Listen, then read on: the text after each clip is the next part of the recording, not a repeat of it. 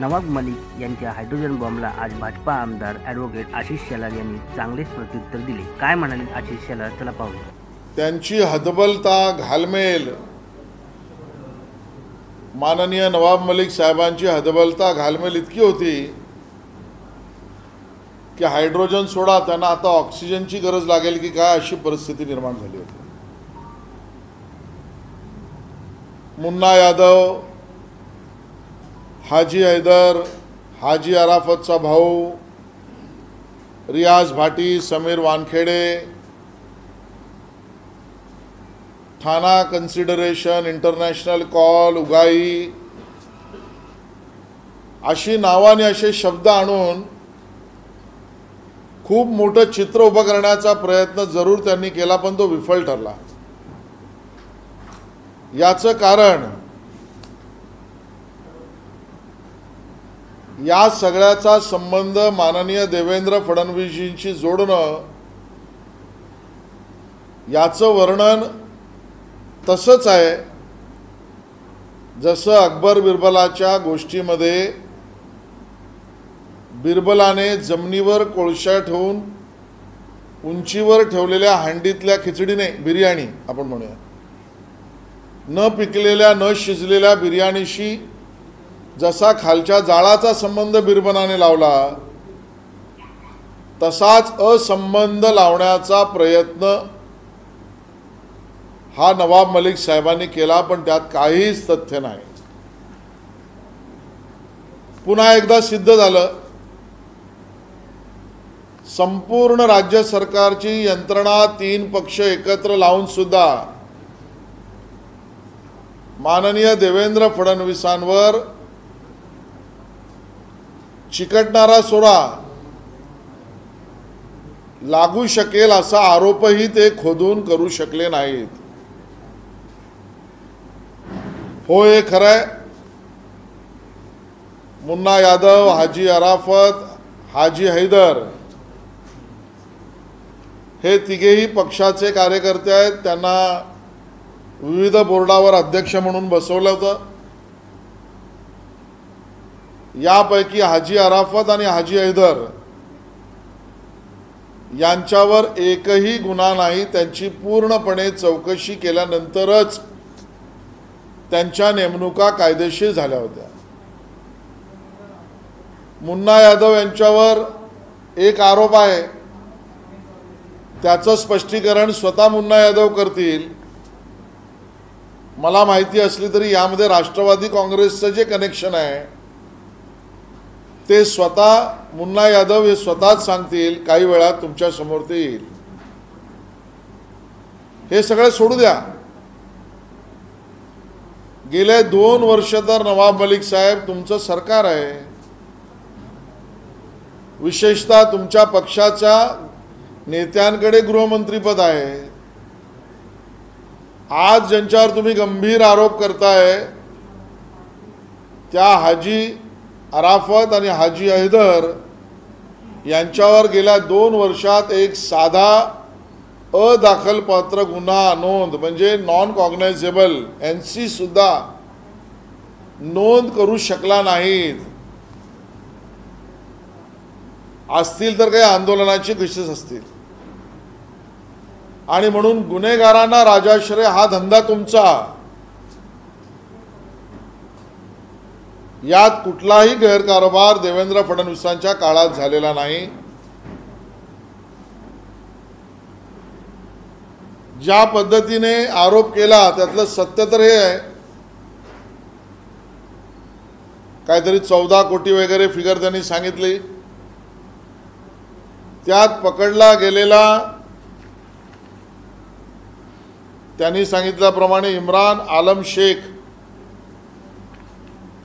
हा जो हाजी अराफतचा भाऊ होता तो तर काँग्रेसचा तत्कालीन सचिव होता. जेव्हा त्याच्यावर आरोप झाला, अटक झाला, तेव्हा तो काँग्रेसचा सचिव. आणि आता जेव्हा नवाब मलिक साहेब तुम्ही बोलताय त्यावेळेला तो राष्ट्रवादी काँग्रेसचा कार्यकर्ता आहे. आणि त्यामुळे तथ्यहीन बोलणं. हाजी हैदर हे स्वतः सुद्धा प्रेस कॉन्फरन्स घेणार आहेत. पण गेल्या 2 वर्षात बांगलादेश सोडा, मुंबईतल्या कुठल्याही भागामध्ये त्यांनी गुन्हा केल्याची नोंदही नाही. आणि म्हणून सामान्य माणसांना फसवण्याचा, अडकवण्याचा, लटकवण्याचा जो राष्ट्रवादी काँग्रेसचा धंदा आहे, त्या कार्यक्रमाचा एक भाग म्हणून आरोप कर आणि पळून जा, असा विफल प्रयत्न नवाब मलिक साहेबांनी केला. आता रियाज भाटीचा उल्लेख त्यांनी केला. आम्ही हे स्पष्ट करू इच्छितो, पंतप्रधान कार्यालय किंवा पंतप्रधान कार्यक्रम याच्याशी रियाज भाटी यांचा काहीही संबंध, संपर्क नाही. आणि फोटोवरनाच संबंध प्रस्थापित करायचे असतील तर मी दाखवणार नव्हतो, पण मग आता हे फोटो सगळे काय दाखवायचे? हा फोटो कोणाबरोबर आहे?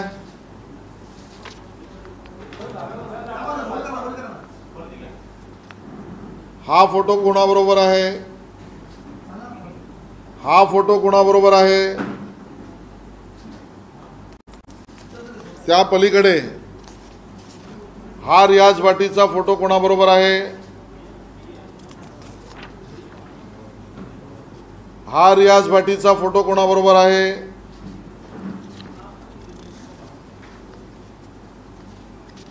यात सुद्धा रियाज भाटी कोणाबरोबर उभा आहे? आणि बर्थडेचे विशेष रियाज भाटींना कोण करत आहे, किंवा रियाज भाटी वाढदिवसाच्या शुभेच्छा कोणाला देत आहेत? मला वाटतं कोणाची नावं बदनाम करण्यासाठी फोटोचा धंदा करू नका. तुम्ही एक बोट दाखवाल, 4 बोट तुमच्याकडे येतील. आणि त्यामुळे माननीय देवेंद्र फडणवीसजींचा रियाज भाटीशी काही संबंध, संपर्क आणि विषय असण्याचं कारणच नाही. किंबहुना क्रिकेटच्या राजकारणात त्याला राजाश्रय कोणी दिलं हे जगजाहीर आहे, पण कुठल्याही मोठ्या नेत्याचं नाव घेऊन सेन्सेशन आणि आरोप करणे ही आमची प्रथा परंपरा नाही, त्यामुळे आम्ही ते करणार नाही. रियाज भाटी म्हणे गायब आहे. खरं तर रियाज भाटी गायब आहे का त्याला पळवलं गेलं आहे? आमचा आरोप आहे रियाज भाटीला सुरक्षित स्थळी पळवून ठेवण्याचं काम राष्ट्रवादी काँग्रेसने तर केलं नाही ना. कारण वाझेच्या प्रकरणामध्ये, वाझेच्या वसुली गँगमध्ये जी नावं समोर आली आहेत त्यामध्ये रियाजचं नाव सुद्धा समोर आलेलं आहे. याचा अर्थ स्पष्ट आहे, रियाज जर कोठडीत आला तर सत्य बाहेर येईल, म्हणून राष्ट्रवादीने तर त्याला पळवलं नाही ना, आमच्या मनात शंका आहे. नवाब मलिक यांच्या बाबत आता आम्हाला खरंच चिंता वाटायला. नीच पातळीचं वर्णन करायचं झालं तर नवाबी पातळी असं आता करता येईल. आणि या नवाबी पातळीपर्यंत आपण जाऊ नये अशी आमची मनापासून इच्छा आहे. खऱ्या अर्थानं जी नावं समोर आणली जात आहेत आज, काल आणि अगोदर सुद्धा, ते बघितल्यावर एका प्रश्नाचं उत्तर नवाब मलिक साहेबांना द्यावंच लागेल. आणि म्हणून आमचा आरोप आहे, प्रश्न आहे की राज्यातील अल्पसंख्याक नेतृत्व, कार्यकर्ते, समाजातली लोक यांना नेस्तनाभूत करण्याचं काम नवाब मलिक साहेब आपल्याकडून होतंय का? मुंबई आणि महाराष्ट्रातील अल्पसंख्याक नावं वेचून वेचून त्यांची बदनामी करून त्यांना नेस्तनाभूत करावं. आर्यन खान तुमच्यामुळेच अडचणीत आला, आता शाहरुख खान अडचणीत येतोय. शाहरुख खानला अडचणीत आणण्याचं काम ही नवाब मलिकच करतायत. काल परवा त्यांनी प्रेस घेऊन मुंबईचे पालकमंत्री, राज्याचे सन्माननीय मंत्री अस्लम शेख यांचं नाव घसेटून आणलंय. आता स्वपक्षातली लोक संपल्यावर विरोधी पक्षातील हाजी अराफत असो, हाजी हैदर असो, या नवीन नेतृत्वाला ते बदनाम करण्याचं काम करतायत. आणि ज्या 2 SIT चालू आहेत, मी पुन्हा एकदा सांगतो, त्या 2 SIT नंतर अजून एका अल्पसंख्याक मुंबईतल्या नेत्याचं नाव आणण्यासाठीच हा सगळा प्रकार नवाब मलिक करतायत हे स्पष्ट होईल. आणि त्यामुळे हा शुद्ध कट आहे. नवाब मलिक साहेबांनी त्याचं उत्तर द्यावं, अल्पसंख्याक समाजाने त्याचा कॉग्नायझन्स घ्यावा आणि याला राजाश्रय सरकारमधल्या लोकांचा आहे की नाही, या अन्य 2 पक्षांनी स्पष्ट करावं. आज तर अजून एक हास्यास्पद विधान त्यांनी केलं. भ्रष्टाचाराची नवीन व्याख्या माननीय नवाब मलिक साहेबांनी घोषित केली. आणि आश्चर्य तर हे आहे, PB सामंत यांच्या रिपोर्टने, जस्टिस PB सामंत यांनी जो रिपोर्ट राज्य सरकारला दिला तो राज्य सरकारने ॲक्सेप्ट केला, मंजूर केला. त्या जस्टिस PB सामंतच्या रिपोर्टने ज्यांना भ्रष्ट, करप्ट ठरवलं ते नवाब मलिक भ्रष्टाचाराची नवीन व्याख्या करतायत. Act of commission and act of omission both amounts to corruption. देणारा आणि घेणारा दोघांची संगनमताने भ्रष्टाचार होतो, त्यालाच भ्रष्टाचार म्हणतात. कायद्यात सुस्पष्ट आहे. नवाब मलिक साहेबांनी स्वतःच्या वरिष्ठांपासून स्वतःला वाचवण्यासाठी आज एक नवीनच व्याख्या घोषित केली. तुम्ही पीडित आहात, तुम्ही भ्रष्टाचारी नाहीत. आणि हे सांगणारे स्वतः नवाब मलिक साहेब. तुम्हाला जस्टिस PB सामंत राज्य सरकारने ज्याला मंजुरी दिली त्या अहवालानुसार तुम्हालाच भ्रष्ट घोषित केलेला आहे. असो, खरंच आम्हाला तुमची चिंता आहे. मानसिक संतुलन नीट ठेवा. पुन्हा येऊन आमचा सवाल तोच आहे. सरदार शाह वली खान 93च्या बॉम्बस्फोटातील प्रमुख आरोपी नाही, शिक्षापात्र गुन्हेगार. त्यावरचे आरोप बॉम्बे स्टॉक एक्सचेंज आणि महानगरपालिकेच्या इमारतीमध्ये रेकी करून बॉम्ब कुठे ठेवायचा त्याची योजना,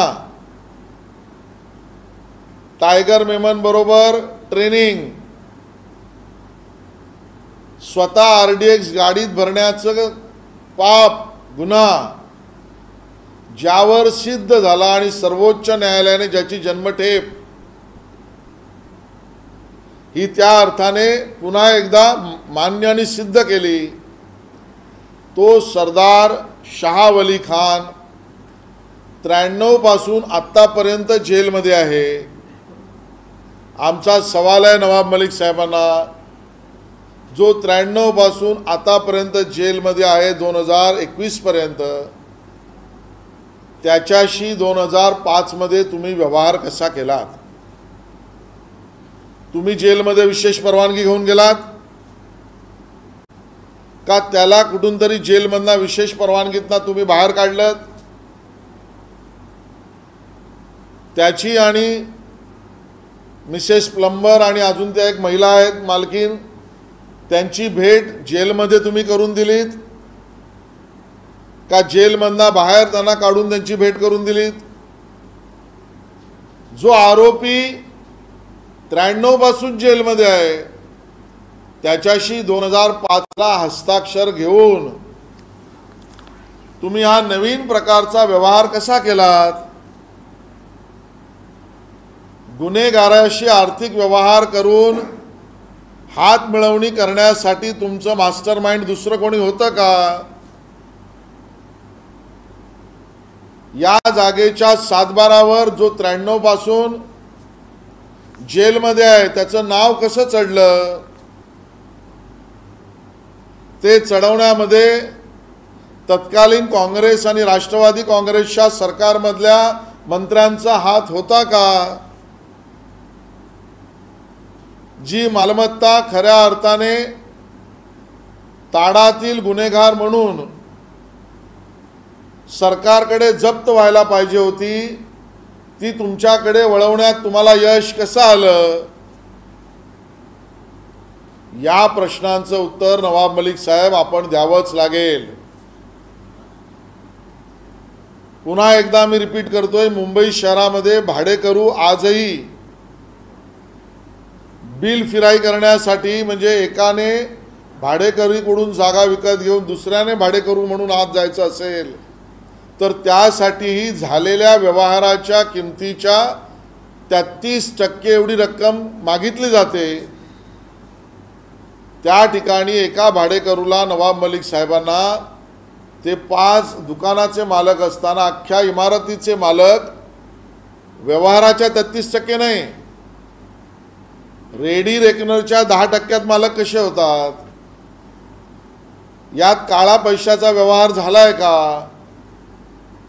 गुमान याची उत्तर द्या. विषयांतर करण्याचा प्रयत्न केला तरी या मूळ विषयापासून जनता भटकणार नाही. मोहम्मद सलीम पटेल, दाऊदची बहीण हसीना पारकरचा हस्तक 2005 ला आणि त्यापूर्वी सुद्धा त्याच्यावर गुन्हे होते अशी माहिती आहे.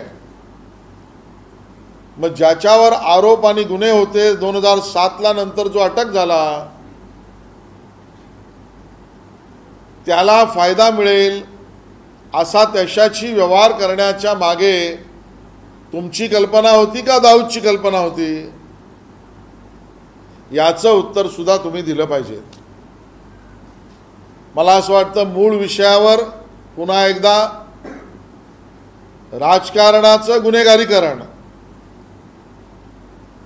याला संपवण्याचं काम कैलासवासी माननीय गोपीनाथ मुंडेजींनी केलं, त्याला गाडण्याचं काम देवेंद्र फडणवीसांनी केलं. आज पुन्हा एकदा मुंबई आणि महाराष्ट्रात दाऊद आणि दाऊदची कंपनी नावाचं भूत हे पुन्हा डोकं वर करू पाहत आहे. आणि म्हणून पुन्हा एकदा मी शिवसेनेच्या नेतृत्वाला चेतावणी वजा विनंती करतोय, याच्यात राजकीय हेतू बघू नका. तुमचं आमचं जमलं नाही, ठीक, जाऊ द्या.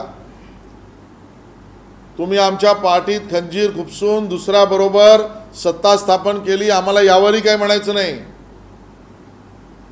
तुम्ही हिंदुत्व सोडून दुसऱ्या रस्त्याला गेलात याच्यावर मी भाष्य करत नाही.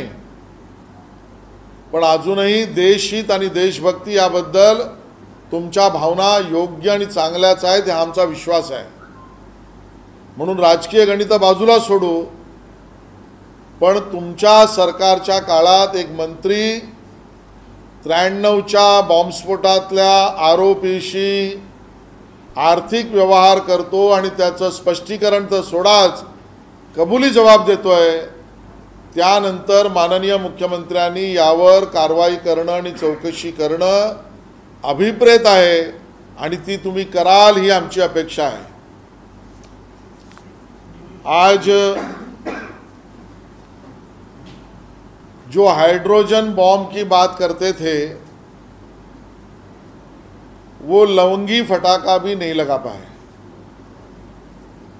वो लवंगी फटाका लगाने का भी उन्होंने प्रयास किया तो हाथ उनके जल गए. इस प्रकार का चित्र सुबह की प्रेस कॉन्फ्रेंस में माननीय मंत्री नवाब मलिक जी का था. बात तो आप हाइड्रोजन की कर रहे थे, लेकिन माननीय नवाब जी, आपका चेहरा देखकर शायद अब आपको ऑक्सीजन की ज़्यादा ज़रूरत पड़ेगी, इस प्रकार का आपका चेहरा भी दिखाई दे रहा था. मुन्ना यादव, हाजी हैदर, हाजी अराफत का भाई समीर वानखेड़े, रियाज भाटी, इंटरनेशनल कॉल, उगाई, थाना में सेटलमेंट, ये सभी जो आरोप करके आपने एक वातावरण निर्माण करने का प्रयास ज़रूर किया, लेकिन वो असफल रहा. क्योंकि इन सभी चीज़ों का और माननीय देवेंद्र फडणवीस जी का कोई भी संबंध आप ना दिखा पाए, ना उसका पुरावा दे पाए, ना उसका कोई संबंध है। जिस प्रकार के आरोप आपने किए, जिन व्यक्तियों का नाम आपने लिया, जिन घटनाओं के प्रति आपने इंगित किया, उसका और देवेंद्र जी का संबंध लगाने का प्रयास, यानी अकबर बिरबल के कहानी में बिरबल नीचे अग्नि और ऊपर हांडी में बिरयानी, वैसे तो खिचड़ी होती है लेकिन नवाब साहब के लिए बिरयानी पकाने का जो असफल प्रयास था, उस प्रकार का ही वर्णन बिरबल के बिरयानी का किया जा सकता है, उस प्रकार का है। हाजी हैदर, हाजी अराफत और मुन्ना यादव, हाँ ये हमारे कार्यकर्ता है। इनको अलग अलग बोर्ड का चेयरमैनशिप मिला, उसके पहले की सभी कानूनन प्रक्रिया पूरा करके मिला। हाजी हैदर और हाजी अराफत पर कोई गंभीर गुनाह भी नहीं है, और मुन्ना यादव पर जो आरोप है उसकी स्पष्टता स्वयं मुन्ना यादव करेंगे, क्योंकि उसमें भी एनसीपी का कनेक्शन है। और इसके कारण आंदोलन छोड़कर कभी भी कोई गुनाह न करने वाले कार्यकर्ताओं को पार्टी ने पद दिया। जहां तक बात हाजी अराफत के भाई का नाम इन्होंने लिया, इमरान आलम शेख, और जिसको लेकर 14 करोड़ का आरोप उन्होंने किया, वैसे तो 14 करोड़ है नहीं, जाली नोटों का लेकर, वो जाली नोटों के प्रकरण में आरोपी जो इमरान शेख है, वो तभी कांग्रेस का मुंबई का सेक्रेटरी इस पद पर काम कर रहा था, उसको अरेस्ट भी हुआ था। और आज जब नवाब मलिक साहब आरोप कर रहे हैं, तब इमरान आलम शेख ये राष्ट्रवादी कांग्रेस का कार्यकर्ता इस नाते से घूम रहा है। तो डीआरआई ने तब जो एक्शन ली वो भी सही थी, और उसको पॉलिटिकल प्रोटेक्शन देने का काम तब कांग्रेस ने किया था, और आज राष्ट्रवादी कांग्रेस उसको कर रही है। हाजी हैदर का बांग्लादेशी कनेक्शन तो छोड़ दीजिए, बंगाल भी नहीं और मुंबई में किसी इलाके में भी उनके ऊपर एनसीबी नहीं है, नॉन कॉग्नाइजेबल ऑफेंस भी नहीं है। वैसे हाजी हैदर स्वयं और हाजी अराफत स्वयं कुछ देर बाद इसके बारे में नवाब मलिक जी को मुंह तोड़ जवाब देने वाले हैं। जहां तक रियाज भाटी का फोटो और उसका आरोप उन्होंने किया, उस पर हम स्पष्ट करना चाहते हैं, माननीय प्रधानमंत्री जी का कार्यालय या माननीय प्रधानमंत्री जी का कार्यक्रम, इससे रियाज भाटी का ना कोई संबंध है, ना कोई संपर्क है। और इसके लिए ही शायद स्वयं नवाब मलिक जी ने कहा कि हम आरोप लगाना नहीं चाहते। और फोटो दिखाने की अगर बात है तो ऐसे कितने फोटो दिखाए जा सकते हैं। इस फोटो में रियाज भाटी किसके साथ खड़े हैं आप स्वयं देख सकते हैं। इस फोटो में वो रियाज भाटी राज्य के कौन से मंत्री के साथ खड़े हैं, जनता उससे जानकारी रखती है। इस फोटो में जन्मदिन की शुभकामनाएं कौन किसको दे रहा है, ये फोटो स्वयं स्पष्ट बताता है। इस फोटो में रियाज भाटी किसके साथ आनंद उठा रहे हैं, आप स्वयं इसको देख सकते हैं। कौन से खेल में कौन सा नेता साथ में चाहिए, ये रियाज भाटी ने स्वयं इस फोटो को उजागर करके दिखा दिया है। और कौन किसको क्या गिफ्ट दे रहा है, रियाज भाटी का ये फोटो स्वयं स्पष्ट है। लेकिन जाने दो, किसी भी बड़े नेता के साथ किसी ने फोटो निकाला तो उस नेता को बेवजह कंट्रोवर्सी में लाना यह भारतीय जनता पार्टी की परंपरा नहीं है, और इसके लिए फोटो स्वयं है। हम किसी के ऊपर आलोचना करने के पहले इससे खुद फोटो लेने वाले बचे, इस प्रकार की बात कहते हैं। जहां तक रियाज भाटी गायब हुआ है उस बारे में उन्होंने कहा, माननीय नवाब मलिक जी ने, इसके ऊपर हमारा गंभीर आरोप है। रियाज भाटी गायब हुआ है या रियाज भाटी को बचाया जा रहा है, गायब किया जा रहा है। राष्ट्रवादी कांग्रेस रियाज भाटी को कस्टडी में लाने से बचा रही है और गायब कर रही है, हमारा आरोप है। क्योंकि जो बातें सामने आई है इसमें रियाज भाटी का नाम, जो पुलिस अधिकारी वाजे वसूली करता था उसके एजेंटों के नाम आए, उसमें आया है। और इसके लिए रियाज भाटी अगर मुंबई पुलिस या केंद्रीय यंत्रणाओं के सामने आएगा तो वसूली के और प्रकरण खुल जाएंगे, और इसके लिए रियाज भाटी को गायब करने का काम तो राष्ट्रवादी कांग्रेस ने नहीं किया है ना, ये हमारा आरोप उनके ऊपर है। एक बड़ी संगीन साजिश नवाब मलिक जी अल्पसंख्यक समुदाय के नेता, कार्यकर्ता या समाज के सम्माननीय लोगों पर कर रहे हैं। अल्पसंख्यक समाज के ही लोगों को बदनाम करो, नेस्तनाबूद करो, उनको रफा दफा करो, इसकी रोज कड़ी नवाब मलिक जी कर रहे हैं। आर्यन खान तकलीफ में आया नवाब मलिक जी के कारण, अभी शाहरुख खान को तकलीफ में लाने का काम रोज उठकर नवाब मलिक जी कर रहे हैं, सच सामने आएगा। कल परसों महाराष्ट्र के एक सम्मानीय मंत्री असलम शेख का नाम भी घिसट कर लाने का काम नवाब मलिक जी ने किया। स्वपक्ष के लोग कम पड़े, इसके लिए अभी भारतीय जनता पार्टी के विरोधी पक्ष के हाजी अराफत और हाजी हैदर को बदनाम करने का काम नवाब मलिक जी कर रहे हैं। अल्पसंख्यक समाज इसकी जानकारी ले और अल्पसंख्यक समाज को बदनाम करने का काम राष्ट्रवादी कांग्रेस और नवाब मलिक कर रहे हैं। आज तो और एक बचकानी बात माननीय नवाब मलिक जी ने की, और करप्शन की नई डेफिनेशन और व्याख्या उन्होंने बताई। अच्छा, ये व्याख्या कौन बता रहे हैं, डेफिनेशन कौन बता रहे हैं? जस्टिस पीबी सामंत के कमीशन के रिपोर्ट ने, जो रिपोर्ट तत्कालीन सरकार ने मान्य कर लिया, उसमें माननीय नवाब मलिक जी को स्वयं भ्रष्ट और करप्ट घोषित किया गया। वो नवाब मलिक जी नई व्याख्या बना रहे हैं। एक्ट ऑफ कमीशन और act of omission both is a corruption, justice PB Samant का रिपोर्ट कहता है। देने वाला और लेने वाला दोनों ही करप्शन को बढ़ाने वाले हैं, ये खुलेआम सुस्पष्ट डेफिनेशन में है। बावजूद उसके गोसावी के प्रकरण में वो नई डेफिनेशन पैदा करके शाहरुख खान को तकलीफ में लाने का काम कर रहे हैं। इस नए डेफिनेशन के साथ आगे बढ़कर कोई एक नया कानून का पुस्तक नवाब मलिक जी न लिखे, ये हमारी चिंता है।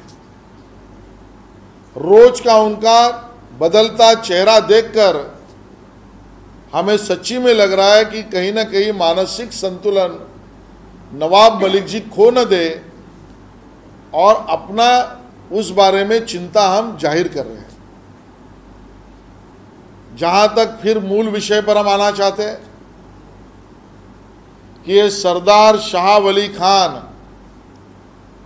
जो 1993 के बॉम्ब ब्लास्ट का आरोपी सिद्ध हो चुका है, उसके ऊपर आरोप थे बॉम्बे स्टॉक एक्सचेंज और बीएमसी के बिल्डिंग में रेकी कर बम कैसे लगाया जा सकता है। टाइगर मेमन के साथ जिसने ट्रेनिंग लेकर इस प्रकार का बड़ा गुनाह भारत के खिलाफ किया, ऐसा आरोप सिद्ध हो चुका है।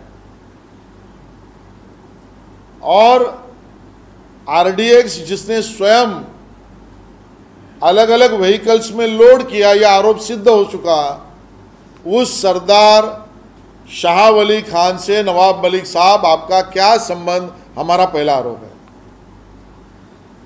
उसकी प्रॉपर्टी खरीदने का आर्थिक व्यवहार वो 1993 से आज 2021 तक जेल में है, तो भी 2005 में आपने उससे आर्थिक व्यवहार क्यों किया, कैसे किया, क्या उसके पीछे का हेतु था, वो आप स्पष्ट करें।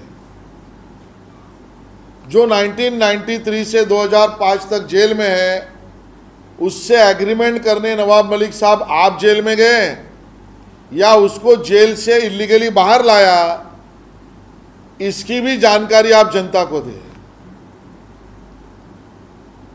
उससे आर्थिक व्यवहार जिस अकाउंट पर किया, जेलों में बैठकर बॉम्ब ब्लास्ट के केस में जो आरोपी सिद्ध है, उसने उस पैसे से और गुनाह किया क्या, नवाब मलिक जी आपको उसकी जानकारी है, आप उसके बारे में जानकारी दें।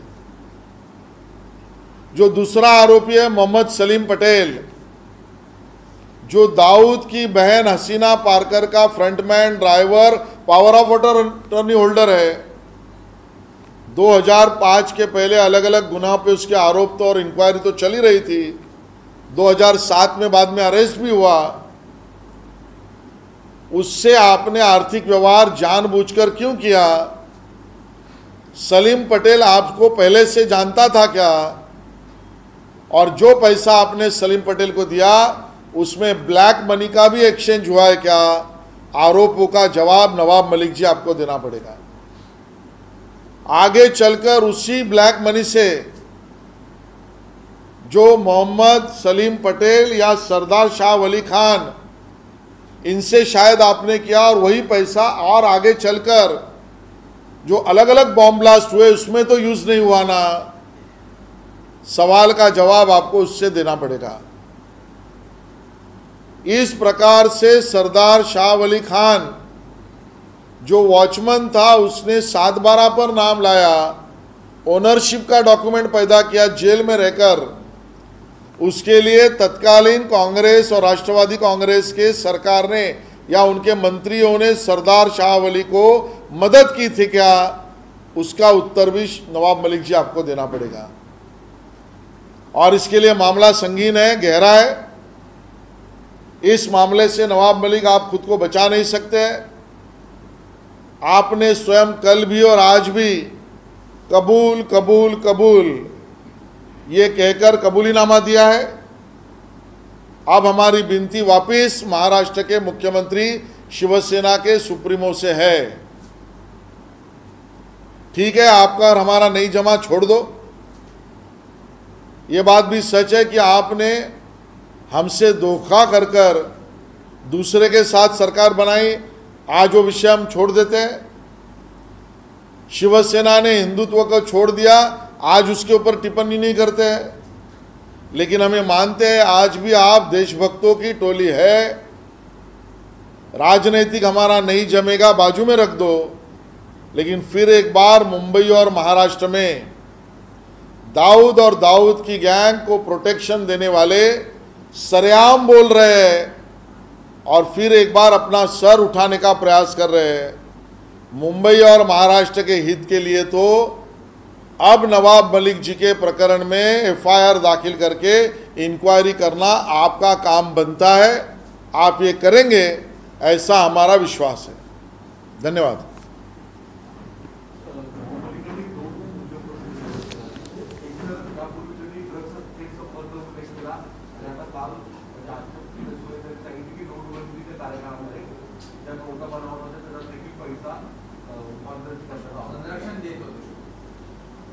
सत्य समोर आहे। गुजरातमध्ये जिथे हेरोईन पकडलं ते सुद्धा DRIने कारवाई केली, ती काही नवाबी पोलिसांनी कारवाई केलेली नाही। त्यामुळे मामला दडपण्याचा प्रश्नच नाही, उलट त्यानंतर NIAला ती इन्क्वायरी दिली। आणि म्हणून ड्रगच्या मुळाशी जाण्याची लढाई ही भाजपची, drug peddler, drug supplier, drug consumer, drug व्यावसायिक यांना प्रोटेक्ट करून भूमिका मांडण्याची भूमिका नवाब मलिकांची। राहता राहिला नोटबंदीच्या काळात चुकीच्या जाली नोटांच्या प्रकरण, ऑक्टोबर 2017 मध्ये सुद्धा मुंबईत कारवाई केली DRIने, ज्याने कारवाई केली त्याच्यावर प्रश्न उपस्थित करून ती केस वीक करण्याचा प्रयत्न करण्याचं काम नवाब मलिकांचं. आणि म्हणून जाली बोगस नोटा ते ड्रग्ज यांचे आका म्हणजे नवाब मलिक यांचा पक्ष, आणि या सगळ्यावर कारवाई म्हणजे भारतीय जनता पक्ष, हे स्पष्ट आणि समोर आहे.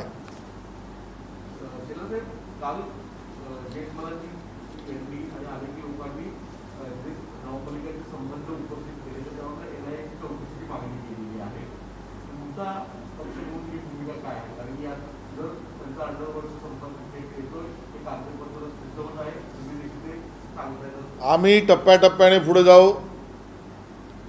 हे प्रकरण आमच्यासाठी केवळ राजकीय स्वार्थ किंवा हेतू सिद्ध करणारं नाही.